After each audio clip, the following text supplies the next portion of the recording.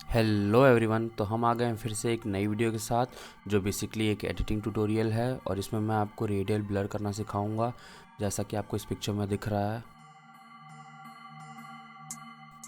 तो यार सबसे पहले पिक्चर को पिक्सार्ट में ओपन कर लो एंड फिर इफेक्ट सेक्शन में ब्लर के अंदर रेडियल ब्लर सेलेक्ट करो एंड फिर सब्जेक्ट पे ब्लर का सेंटर सेलेक्ट कर लो एंड फिर ब्लर की इंटेंसिटी आप कम या ज़्यादा भी कर सकते हो कुछ इस तरीके से। आपको दिख रहा होगा कि जो हमारा सब्जेक्ट है उस पर भी ब्लर हो गया है। तो यार इरेज बटन चूज़ करके एंड फिर अपने सब्जेक्ट से जो ब्लर इफेक्ट है उसे क्लियर कर लो कुछ इस तरीके से and there you get your radial blur.